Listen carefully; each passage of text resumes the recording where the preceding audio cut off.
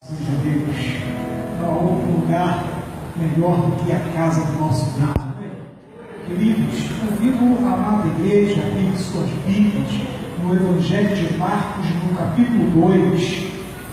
Nós estaremos lendo no primeiro versículo até o versículo número 12.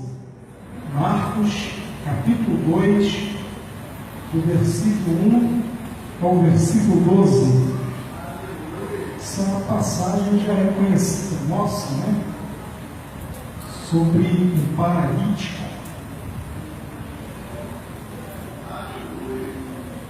Marcos, capítulo 2, do 1 ao 12, a palavra do nosso Deus nos diz assim: Dias depois, entrou Jesus de novo em Cafarnaum, e logo morreu que ele estava em casa.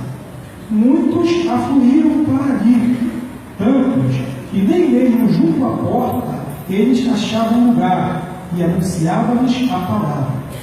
Alguns foram ter com ele, conduzindo um paralítico, levado por 4 homens. E não podendo aproximar-se dele, por causa da multidão, descobriram no eirado um ponto correspondente ao em que ele estava. E fazendo uma abertura, baixaram o leito em que jazia o doente. Vendo-lhes a fé, Jesus disse ao paralítico: Filho, os teus pecados estão perdoados. Mas alguns dos escribas estavam assentados ali e arrazoavam em seu coração: Por que fala ele deste modo? Isto é blasfêmia. Quem pode perdoar pecados, senão um, que é Deus? E Jesus, percebendo logo por seu espírito que eles assim arrazoavam, disse-lhes: Por que arrazoais sobre estas coisas em vosso coração? Qual é mais fácil, dizer ao paralítico: Estão perdoados os teus pecados? Ou dizer: Levante-te, toma o teu leito e anda? Ora, para que saibais que o Filho do Homem tem sobre a terra autoridade para perdoar pecados, disse ao paralítico: Eu te mando, levanta-te, toma o teu leito e vai para a tua casa. Então ele se levantou e, no mesmo instante, tomando o leito, retirou-se à vista de todos, a ponto de se admirarem todos e darem glória a Deus, dizendo: Jamais vimos coisa assim. Aleluia. Amados,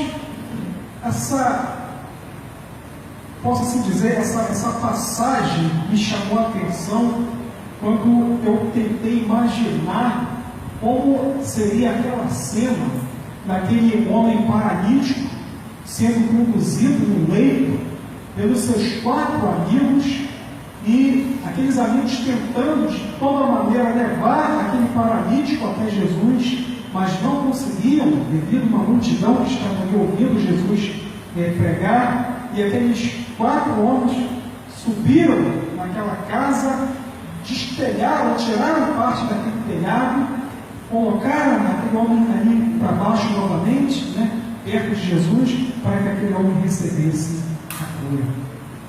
E eu tenho um título a essa mensagem sobre, dizendo que é os 4 estágios da vida de uma pessoa. Os 4 estágios da vida de uma pessoa, irmãos, porque de certa forma, cada um personagem aqui vai representar o crente e o estágio da sua vida. Esse paralítico, eu posso dizer que representa o crente, quando ele ainda não é um crente. Ele representa a pessoa quando ainda não conhece Jesus, quando ainda está no mundo, quando ainda está cheio de, como diz aí nossos irmãos, assembleiros, está ainda cheio de carrapicho, quando a pessoa ainda está cheia de coisas que não agradam a Deus, ele não conhece a Deus, está nas trevas, então a pessoa está naquela condição de paralítico. E todos nós, irmãos, estávamos numa condição assim antes de aceitar Jesus. Nós chegamos assim na igreja na condição de paralíticos. Nós precisamos de que alguém estivesse orando por nós, de que alguém estivesse nos introduzindo na presença de Jesus através das orações que muitas pessoas fizeram fizeram por nós, muitas pessoas oraram por mim, por você, muitas pessoas com certeza jejuaram por mim, por você, enquanto nós ainda não tínhamos condições de, por nossas próprias pernas, por nossa própria vontade, procurar o caminho certo, que era Jesus. Então estávamos na mesma condição desse paralítico. E esse paralítico, irmãos, ele me chama aqui a atenção da similaridade dele com o caso de Naamã. Naamã era, como nós sabemos, um general, da Síria, um homem valente, um herói de guerra, como diz a palavra, porém, um leproso. Ele era um homem que tinha lá suas virtudes, seus galardões, provavelmente era um homem muito admirado por ser um homem corajoso, um homem valente, uma pessoa que já tinha conquistado muitas vitórias para o seu país, porém, ele tinha ali uma lepra. E aquele homem, para ser curado, ele teve que dar 7 mergulhos, ele teve que descer aonde ele não queria, no rio, que ele achava sujo, ele achava que no rio, na terra dele havia rios melhores do que o Jordão, então ele teve que se abaixar, mergulhar 7 vezes ali naquele rio para ficar curado. E esse homem, da mesma maneira, irmãos, ele é transportado para cima do telhado, ele fica acima de Jesus fisicamente falando, mas ainda assim na condição de um pecador e na condição de um doente.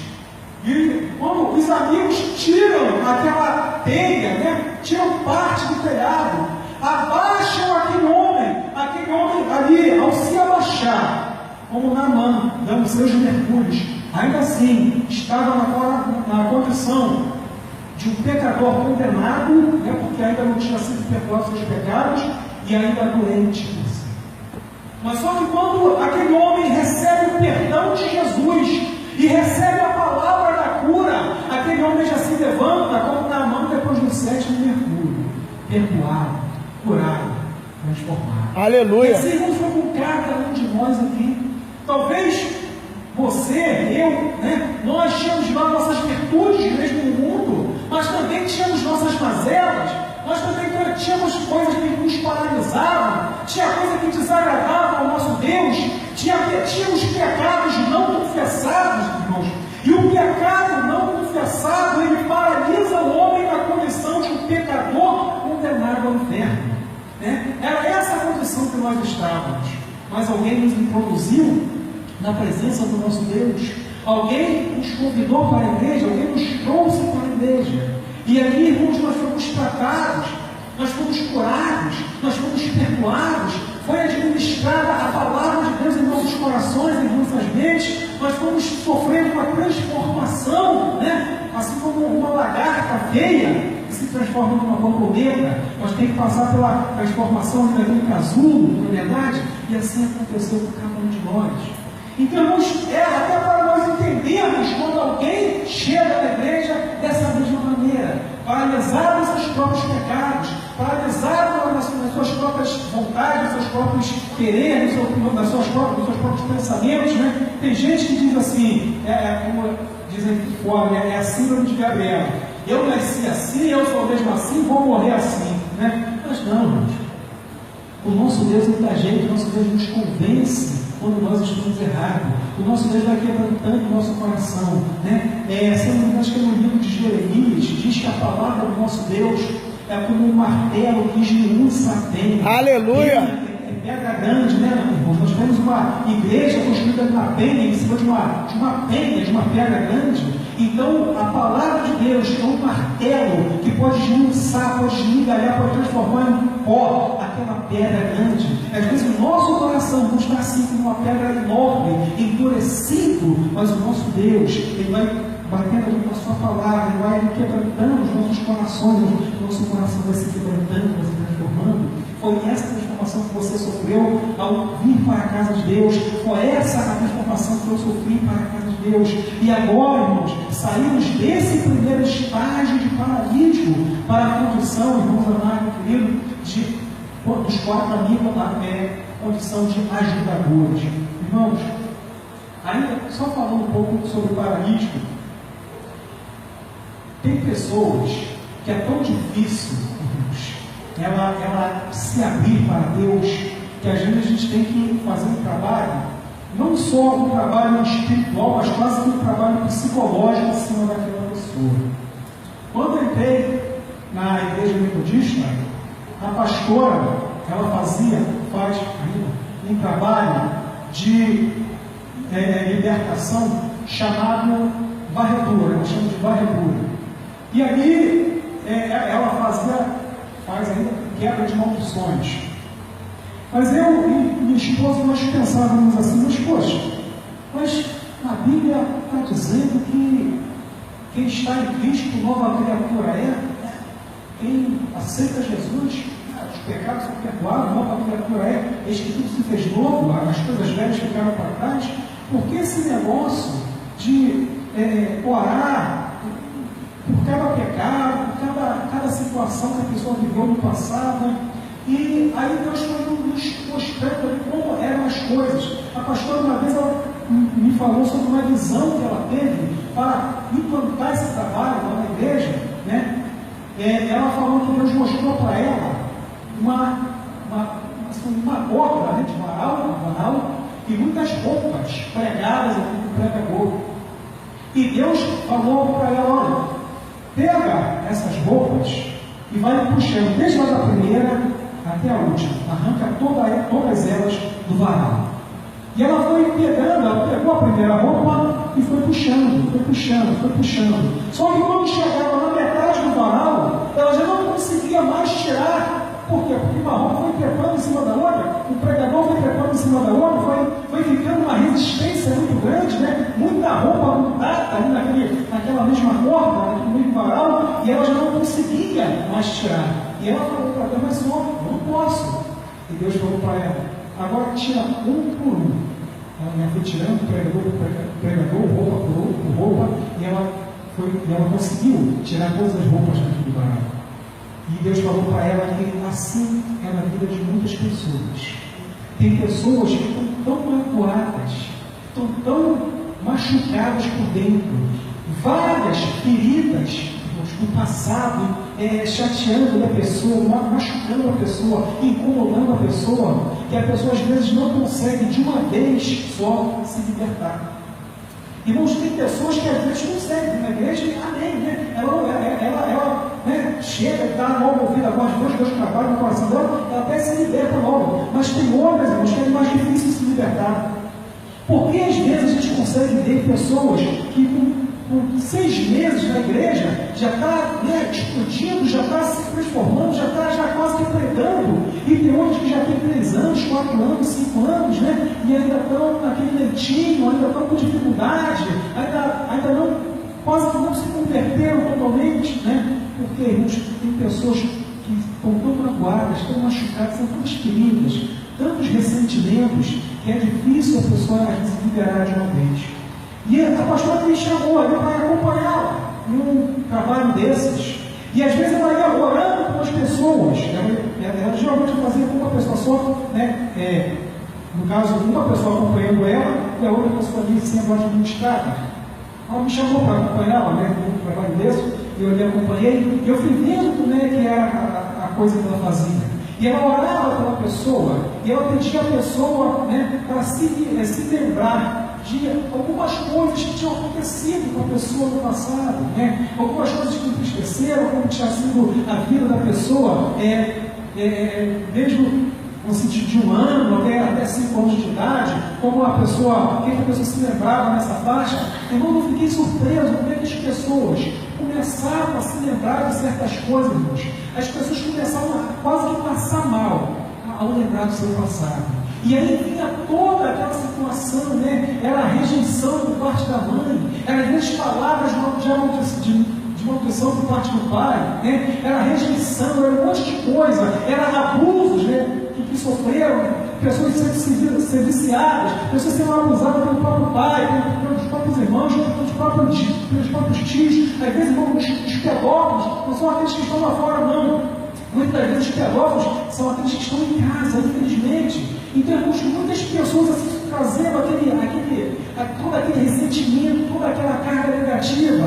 E naquela semana eu orava para aquela pessoa, pedindo a Deus para lembrar a pessoa de tudo aquilo que tinha machucado, que ainda estava machucando a pessoa, as feridas que ainda estavam abertas na pessoa, e a pessoa ia se lembrando, e a pessoa chegava a ficar até tonta, irmãos, a pessoa chegava quase que passar mal.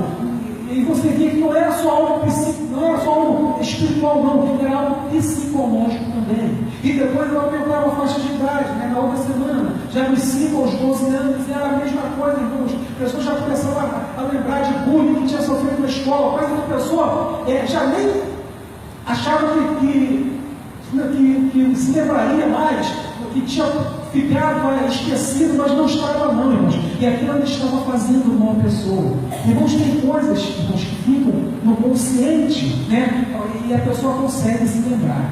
Mas tem coisas que ficam no subconsciente, fazendo mal à pessoa, mas a pessoa não consegue se lembrar. E aí acontecem muitos casos desse dentro da igreja, de uma pessoa que já está no evangelho, já tem até um ano, 2 anos, 3 anos, mas olha para a cara da outra e fala assim: poxa, eu não vou com a cara daquela irmã, eu não vou com a cara daquele irmão. Mas sabe por que às vezes não vai com a cara daquele irmão, daquela irmã? Porque muitas vezes no subconsciente, né, tem uma pessoa lá no passado que fez mal àquela pessoa e que se parece com aquela pessoa nova que está chegando na igreja. Então aquele irmão, aquela irmã que tem esse problema no subconsciente, ele não tem no consciente porque ele não se lembra, mas está no subconsciente guardado uma ferida, né, que é como um câncer, como uma bactériazinha, né, que está lá dentro do organismo, mas não se manifesta totalmente. E a pessoa, ela às vezes olha para aquela pessoa e diz que não gosta, ela diz que tem alguma coisa naquela pessoa que faz com que ela não simpatize com aquela pessoa, mas às vezes um ressentimento é algo lá do passado que faz ela se lembrar, não digo se lembrar, mas algo faz ela sentir aquele amor novamente quando ela era pequena, quando ela estava na sua fase infantil. Então, irmãos, vinha acontecendo essas coisas, e às vezes a gente vê pessoas assim na igreja, e às vezes, irmãos amados, são pessoas que chegam assim na igreja, totalmente paralisadas, totalmente doentes, e requer, irmãos amados, uma paciência nossa, requer um amor nosso. Que nem desses 4 camaradas aqui, desses 4 amigos aqui, que fizeram de tudo para colocar aquele paralítico na presença de Jesus. Aleluia. Então a gente sai agora da condição de paralítico, irmãos, e vamos agora para a condição desses 4 amigos. Esses 4 amigos, irmãos, né, representam o cristão que chegou na igreja, se converteu, passou dessa fase de libertação, né, ele já foi administrado, já foi curado, já está seguindo firme na presença de Deus, mas ele sabe que ele ainda não tem muita condição, de repente, não tem ainda muito conhecimento para aconselhar, não tem ainda muita, digamos assim, muita firmeza ainda, muita convicção ainda para orar por alguém.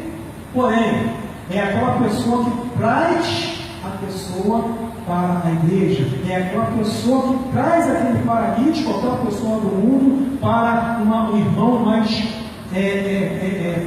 digamos assim, firme na fé, né, que possa ministrar na vida daquela pessoa. Esses 4 homens, eles não tinham condições de curar aquele paralítico, mas eles fizeram de tudo que eles podiam fazer para trazer aquele paralítico até a presença de Jesus, porque eles sabiam que Jesus sim podia curar as pessoas. E às vezes, meus amados, acontece isso.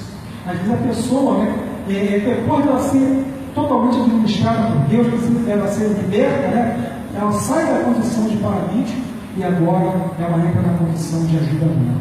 E cada um de nós, irmãos amados, devemos ser assim, esses homens, ajudadores, devemos, irmãos amados, fazer de tudo para introduzir uma alma na presença de Jesus. Aleluia! Eu lembro que antigamente, infelizmente, agora eu perdi essa mania, mas antigamente, no começo do ano, eu sempre pedia a pessoa, pelo menos uma alma nesse ano, Senhor, né, que faça ganhar para o Senhor, e Deus lhe dá, né? Agora eu confesso que eu relaxei um pouquinho, mas em nome de Jesus, para voltar novamente a esses propósitos com Deus.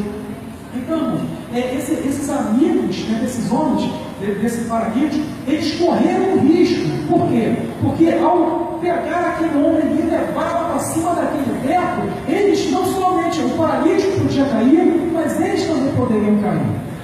Eles, além de cair, irmãos, eles, ao tirar parte da fé. Eles poderiam ser repreendidos ali pelo dono da casa, que era Jesus. Porém, irmãos, eles perceberam que valia a pena correr todos esses riscos em favor de uma vida. E às vezes, irmãos, nós estamos dentro de um trabalho e às vezes nós temos vergonha de falar para alguém que nós somos cristãos. Às vezes estamos no restaurante, né, e temos vergonha de orar agradecendo a comida. Não, mas aqui não sabe que eu sou cristão, vou pensar que eu sou maluco. Então, eu às vezes vejo pessoas lá onde eu almoço, cristão, às vezes, que para driblar um pouquinho, né? Porque eu não tenho vergonha, não. Eu chego em qualquer lugar, né? Seja no restaurante, seja onde for, eu agradeço a Deus, eu abaixo minha cabeça ali, começo a orar agradecendo a Deus, claro, baixinho, né? Claro, não estou aqui para chamar a atenção de ninguém, mas baixinho ali, agradecendo a Deus por aquela comida. Às vezes eu vejo certos cristãos perto de mim, né? Às vezes sentindo aquele toque de Deus para fazer isso também, mas faz uma coisa assim errada. Mas, meu Deus do céu, né? Como é que pode a pessoa estar com vergonha de expor a sua fé, estar com vergonha de expor o seu cristianismo, né? a sua fé, a sua crença em Jesus, irmãos? Como é que pode? E às vezes, meus amados queridos, nós perdemos uma grande oportunidade de fazer como esses 4 amigos aqui fizeram, né? De levar uma alma até a presença de Deus. Aleluia!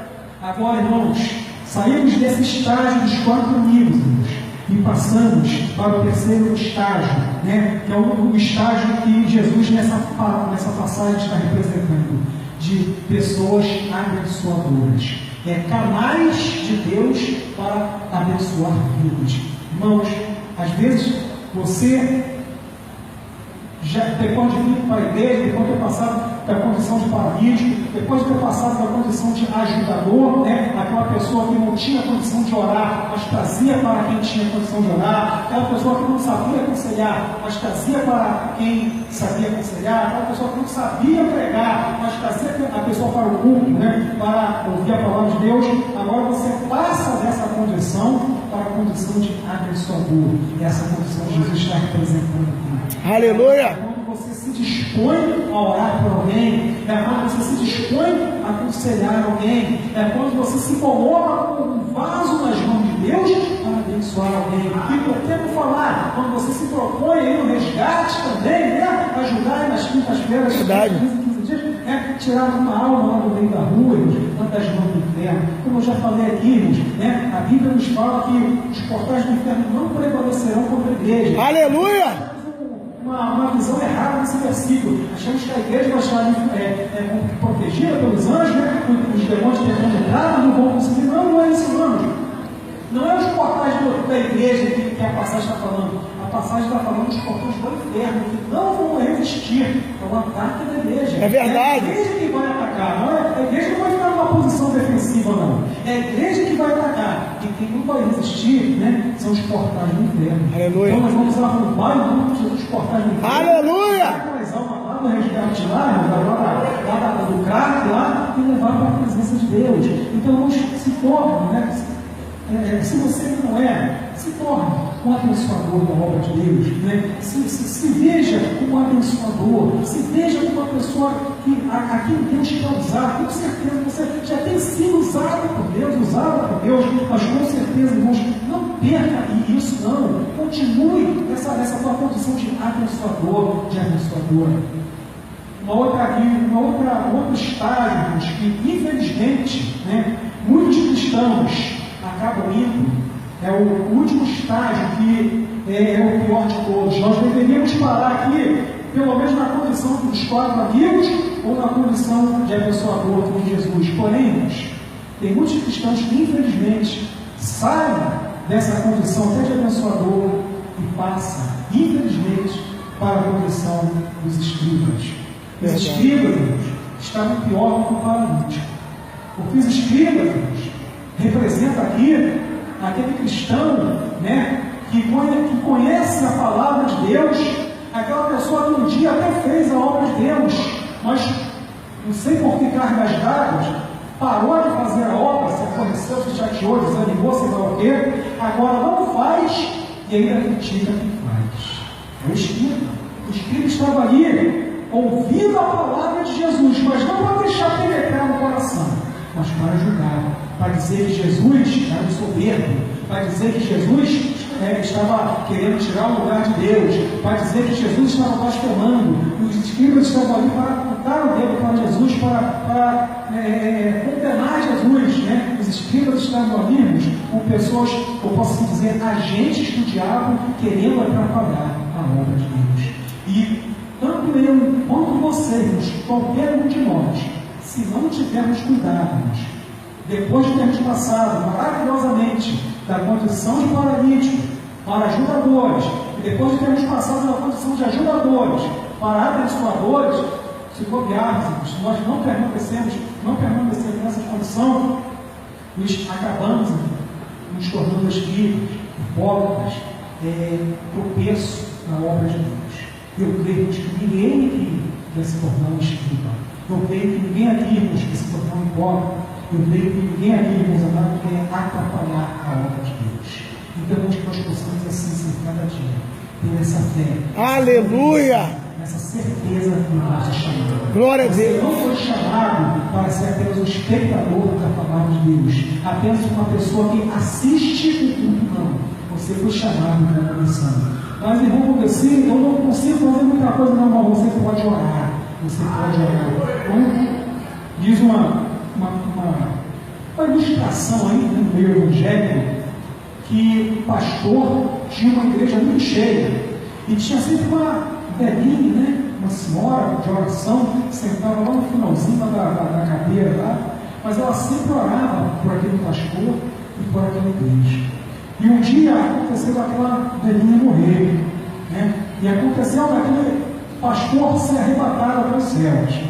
E Deus foi mostrando para aquele pastor as coroas de cada membro ali daquela igreja, né? Cada uma maior do que a outra. E aquele pastor foi vendo aquelas coroas todas grandes, bonitas, maravilhosas. E quando chegou numa que era a maior de todas, ele pensou, bom, com certeza que essa coroa é minha, já que eu sou o pastor da igreja. É verdade, é minha. A coroa, essa coroa é minha. Aí Deus falou para ele que não. Aquela coroa era daquela velhinha que intercedia sempre por ele. Glória a Deus! Porque se não fossem as orações daquela anciã, ele não chegaria aonde ele chegou. Então, irmãos, ainda que você apenas ore, mas faça isso. Ore para que a obra continue. Porque os portais do inferno não prevalecerão contra a tua oração. O diabo não prevalecerá contra a tua fé, contra as tuas orações. Irmãos, a tua oração ela pode, como diz a palavra de Deus, né? Que a oração do justo muito pode pela sua eficácia, pelos seus efeitos. Né? Aí aponta até Elias com esse exemplo, que orou, e por 3 anos e meio, né? Não choveu. Ele deu ordem para que o céu fosse cerrado. E ali não choveu, não caiu uma gota de orvalho sequer. Irmãos, em nome de Jesus, não descreia da tua oração, não. Ainda que o diabo esteja querendo te convencer de que todo mundo recebe a bênção e você não. De que não adianta você orar porque você ora, a pessoa é abençoada e você não é. O teu tempo vai chegar. A tua bênção ainda. Aleluia! Ela vai chegar, e quando ela chegar, irmão, você vai querer parar de sorrir, mas não vai conseguir parar de sorrir, porque ela vai ser muito grande. Apenas faça o que Deus te mandou fazer. Não deixe a espada na tua bainha, não. Desembainha a espada e comece a lutar. E a espada na bainha, ela fica enferrujada, não serve para nada. Verdade. Mas ela na tua mão, ela muito pode. Então, em nome do Senhor. Aleluia! Deus te deu, né? Dê ouvidos à chamada de Deus, exercite esse ministério para o qual você foi chamado, dê ouvidos ao Espírito de Deus que tem te incomodado quando você entra nessa igreja para fazer algo mais. Glória a Deus! Esse algo mais que Deus tem te incomodado para fazer.